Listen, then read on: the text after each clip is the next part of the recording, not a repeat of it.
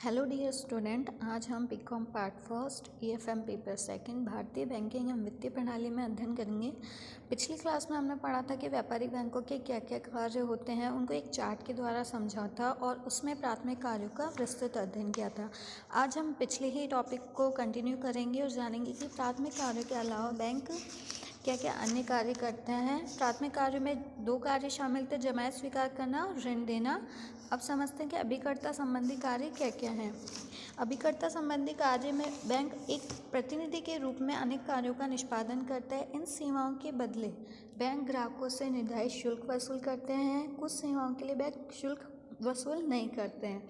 Bank अभिकर्ता संबंधी कार्यों में निम्नलिखित कार्यों को शामिल करते हैं। फर्स्ट है चेक, विनिमय बिल, साख पत्रों के भुगतान का संग्रहण करना। बैंक अपने ग्राहकों द्वारा जमा कराए गए चेक, विनिमय बिल, हुंडियों एवं साख पत्रों के भुगतान प्राप्त करने का कार्य करता है।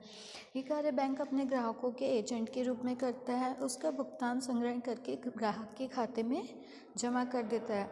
सामान्यतः बैंक ये कार्य निःशुल्क करता है, लेकिन जैसे बाहरी जो चेक होते हैं, बिल होते हैं, साख पत्र होते हैं, उनके संग्रहण करने के लिए बैंक ग्राहक से कुछ शुल्क वसूल करता है। नेक्स्ट है चेक, विनिमय बिल व साख पत्रों का भुगतान करना। पहले कार्य में तो ग्राहकों के लिए भुगतान प्राप्त कर रहा था, दूसरे कार्य में बैंक ग्राहकों की ओर से जो भी चेक, विनिमय बिल और साख पत्र लिखे जाते हैं उसका भुगतान कर रहा है। इन विपत्रों के लिए किए गए भुगतान की राशि ग्राहक के खाते में लिख दी जाती है। कई बार बैंक अपने ग्राहकों की ओर से विनिमय बिलों पर स्वीकृति प्रदान करते हैं और नियत तिथि पर भुगतान करने का कार्य भी करते हैं। थर्ड है ग्राहक के लिए भुगतान प्राप्त करना। बैंक अपने ग्राहक के लिए किराया, ब्याज, ऋण की किश्त, पेंशन, लाभांश आदि की वसूली का कार्य भी करता है। इस प्रकार प्राप्त भुगतान को ग्राहक के खाते में जमा कर दिया जाता है। जैसे यहाँ पे इस बार भुगतान प्राप्त कर रहा है तो सेम चीज़ होगी फोर्थ में कि वो भुगतान प्राप्त करने के स्थान पर बैंक ग्राहक के उससे भुगतान करेगा। जैसे कौन कौन से भुगतान करते हैं बैंक? किराया, ब्याज, लाभांश, ऋण की किश्तें, बीमा प्रीमियम, कमीशन आदि। ये सभी कार्य बैंक एक एजेंट के रूप में ही करता है। ऐसी राशि ग्राहक के खाते में लिख दी जाती है। इन कार्यों के संपादन के लिए बैंक अपने ग्राहकों से कुछ कमीशन वसूल करता है। नेक्स्ट है धन का हस्तांतरण। बैंक अपने ग्राहक को एक स्थान से दूसरे स्थान पर धन हस्तांतरण की सेवाएं भी प्रदान करता है। धन हस्तांतरण का कार्य बैंक ड्राफ्ट, डाक एवं तार स्थानांतरण के माध्यम से किया जाता है। इस कार्य के लिए बैंक अपने ग्राहक से कुछ शुल्क भी लेता है। नेक्स्ट है अंश पत्रों एवं प्रतिभूतियों का क्रय विक्रय। बैंक अपने ग्राहक के अभिकर्ता के रूप में उसके लिए अंश पत्र व प्रतिभूति के क्रय विक्रय का कार्य भी करता है।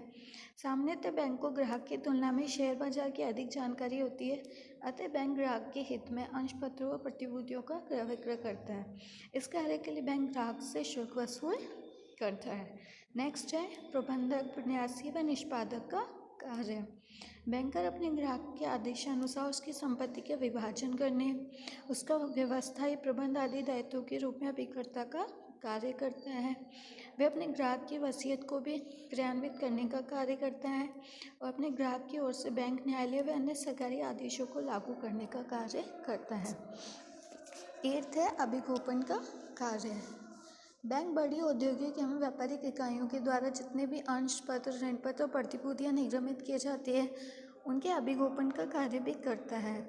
यदि जनता इन अंश पत्रों, ऋण पत्रों एवं प्रतिभूतियों का बड़ी मात्रा में क्रय नहीं कर पाती तो बैंक इनका क्रय करके पूंजी जुटाने में अभिकर्ता के रूप में कार्य करता है।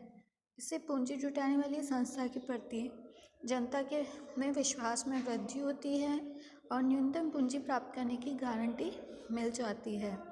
इस अभिगोपन संबंधी कार्य के लिए बैंक को कमीशन देना पड़ता है। नेक्स्ट है अन्य प्रतिनिधित्व संबंधी कार्य। बैंक अपने ग्राहकों के आदेशानुसार उनके पासपोर्ट तथा विदेशी विनिमय संबंधी आवश्यक पत्र व्यवहार के कार्य का निष्पादन भी करता है। इसके लिए भी बैंक ग्राहकों से शुल्क वसूल करता है। अभिकर्ता संबंधी कार्यों के अलावा जो अन्य कार्य करता है बैंक, उनमें फर्स्ट है धन एवं संपत्तियों की सुरक्षा। बैंक अपने ग्राहकों की बहुमूल्य वस्तुएं जैसे कि सोना, आभूषण, ऋण पत्र, अंश पत्र, जमा रसीदें या अन्य जो भी महत्वपूर्ण दस्तावेज होते हैं उनको सुरक्षित रखने के लिए लॉकर्स की सुविधा प्रदान करता है। लॉकर्स की सुविधा के लिए बैंक ग्राहकों से एक वार्षिक शुल्क वसूल करता है। नेक्स्ट है यात्री चेक एवं साख पत्र की व्यवस्था। बैंक अपने ग्राहकों के लिए यात्री चेक या गश्ती प्रमाण पत्र का भी निगमन करता है। इससे ग्राहक जब यात्रा पर जाता है तो उसको अपने साथ नकद लेकर जाने की आवश्यकता नहीं होती है। यात्रा चेक के माध्यम से वह एक निश्चित रकम अन्य स्थान पर प्राप्त कर सकता है और नकदी ले जाने के जोखिम से बच सकता है। नेक्स्ट है आर्थिक स्थिति की सूचना देना। बड़े बड़े बैंक अपने ग्राहकों के लिए आंकड़े एकत्रित करके उनको सूचनाएं देने का कार्य भी करते हैं। देश की आर्थिक तथा मौद्रिक स्थिति पर आंकड़े एकत्रित करते हैं, उनका प्रकाशन भी करते हैं। इन सूचनाओं के आधार पर अनेक व्यावसायिक सौदे संपन्न होते हैं।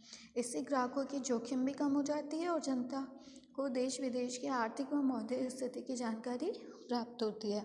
नेक्स्ट है वित्तीय सलाहकार। बैंक अपने ग्राहकों के लिए आवश्यकता पड़ने पर आर्थिक और वित्तीय मामलों पर सलाह देने का कार्य भी करते हैं। इससे ग्राहक सही निर्णय लेकर अपने भावी निवेश और बचत की योजनाएं बना सकते हैं। नेक्स्ट है सूचनाएं प्रकाशित करना। बड़े बड़े बैंक व्यापारिक एवं आर्थिक गतिविधियों पर सूचनाएं एकत्रित करते हैं और उनका प्रकाशन भी करते हैं। इन सूचनाओं का विश्लेषण उनके आर्थिक अनुसंधान विभाग पर किया जाता है। इन सूचनाओं के आधार पर ग्राहक आर्थिक एवं व्यापारिक निर्णय लेने में सफल होते हैं। विनिमय पत्रों को स्वीकार करना।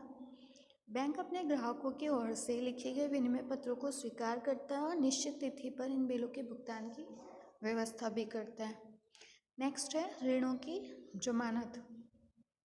अनेक औद्योगिक एवं व्यापारिक इकाइयाँ आंतरिक एवं बाह्य स्रोतों से ऋण प्राप्त करती हैं। बैंक ऐसी औद्योगिक एवं व्यापारिक इकाइयों द्वारा लिए गए देशी विदेशी ऋण पर गारंटी देने का कार्य भी करते हैं। इससे व्यापारिक एवं औद्योगिक इकाइयाँ आसानी से ऋण लेने की स्थिति में होती है। नेक्स्ट है व्यक्तिगत साख। बैंक अपने ग्राहकों की उपभोक्ता ऋण उनकी व्यक्तिगत गुडविल के आधार पर स्वीकृत करते हैं। इस प्रकार के ऋण से ग्राहक refrigerator, TV, washing machine, scooter, air conditioner, car आदि उपभोग्य वस्तुओं का क्रय करने का कार्य करते हैं। बैंक ऐसे ऋण का भुगतान किश्तों में करने की सुविधा देते हैं। सार्वजनिक ऋणों की व्यवस्था। बैंक केंद्रीय बैंक के प्रतिनिधि के रूप में सरकार द्वारा जारी किए गए ऋण पत्रों की बिक्री का कार्य करते हैं। इस बिक्री से सरकार के सार्वजनिक ऋण की व्यवस्था होती है और सरकार विकास कार्यों में इस ऋण का उपयोग कर सकती है। नेक्स्ट है अंश बाजार के कार्य। बैंक अपने ग्राहकों की ओर से जारी किए गए अंश पत्रों के सौदों का निपटान करने का कार्य भी करते हैं। प्रत्येक बैंक अंश पत्र प्रकोष्ठ खोलते हैं, शेयर सेल जिसे कहते हैं, और इसके माध्यम से ग्राहकों को सेवाएं प्रदान करते हैं। नेक्स्ट है विदेशी विनिमय की व्यवस्था। बैंक अपने ग्राहकों के लिए विदेशी विनिमय की व्यवस्था भी करते हैं। बैंक कार्यालय के बाहर ही लिखा जाता है कि हम विदेशी विनिमय की व्यवस्था भी करते हैं। इससे ग्राहक को विदेशी मुद्रा के लेन देन में आसानी होती है। तीसरा जो प्रमुख कार्य है बैंकों का वह है विदेशी व्यापार की वित्तीय प्रबंध की व्यवस्था करना। अंतर्राष्ट्रीय व्यापार का क्षेत्र निरंतर बढ़ रहा है और इस व्यापार की वृद्धि में व्यापारिक बैंकों का महत्वपूर्ण योगदान रहा है। व्यापारिक बैंक अंतर्राष्ट्रीय व्यापार की आवश्यकताओं की पूर्ति अल्पकालीन साख के माध्यम से करते हैं। प्रलेखीय साख के माध्यम से व्यापारिक बैंक व्यापारिक सौदों का निपटान करके अंतर्राष्ट्रीय व्यापार को सुगम बनाते हैं। व्यापारिक बैंक व्यापारिक बिलों, हुंडियों, साख पत्रों आदि को स्वीकार करने, उन पर कटौती काटकर भुगतान का काम भी करते हैं। इससे अंतर्राष्ट्रीय लेन देन सुविधाजनक हो जाते हैं। इन बैंकों द्वारा विभिन्न आयातकों एवं निर्यातकों के बीच संपर्क स्थापित करने का कार्य भी किया जाता है। इस प्रकार बैंक अंतर्राष्ट्रीय व्यापार को बढ़ाने में महत्वपूर्ण भूमिका निभाते हैं। चौथा जो सबसे महत्वपूर्ण काम होता है बैंकों का वो होता है साख निर्माण का कार्य करना। व्यापारिक बैंक केवल मुद्रा में ही व्यवसाय नहीं करते बल्कि केंद्रीय बैंक की नीति के अनुसार साख निर्माण का महत्वपूर्ण कार्य भी करते हैं। बैंक जनता से जमा राशियाँ प्राप्त करते हैं और इन जमा राशियों को जनता को उधार देते हैं। बैंक जमा राशियों का एक निश्चित प्रतिशत अपने पास रखते हैं और शेष राशि का उपयोग उधार देने में करते हैं। इस ऋण राशि को ऋणी के खाते में जमा कर दिया जाता है। इस प्रकार ऋण जमाओं का सृजन करते हैं। इन जमाओं के आधार पर बैंक पुनः ऋण दे देते हैं। इस प्रकार जमा से ऋण, ऋणों से जमाओं का सृजन होता है और इसी प्रक्रिया को साख निर्माण कहते हैं। इससे अर्थव्यवस्था में मुद्रा की पूर्ति अप्रत्यक्ष रूप से बढ़ जाती है तथा व्यापारिक बैंकों के लेन देन में बढ़ोतरी होती है। बैंक द्वारा साख निर्माण की क्रियाओं का विस्तृत अध्ययन हम आगे के टॉपिक में करेंगे। साख निर्माण को अगर सरल शब्दों में कहूँ तो जैसे ही बैंक छोटी छोटी बचतों को एकत्रित करता है तो उन बचतों को वह अन्य किसी व्यक्तियों, व्यापारिक प्रतिष्ठान या उद्योगों को ऋण देने में उपयोग करता है। ऋण देते समय वह उनको कैश नहीं देता बल्कि उनका एक अकाउंट खोलता है और उसी अकाउंट में वो पैसा जमा कर देता है और फिर वापस से एक निश्चित प्रतिशत भाग रख के जो पैसा जमा किया गया है, जब तक कस्टमर इन पैसों को निकाल नहीं लेता वो इन पैसों के आधार पर किसी अन्य व्यक्ति को लोन दे देता है। इस प्रकार जमाओं से ही ऋण का और ऋण से ही जमाओं का सृजन होता रहता है, जिसे साख निर्माण का कार्य कहते हैं।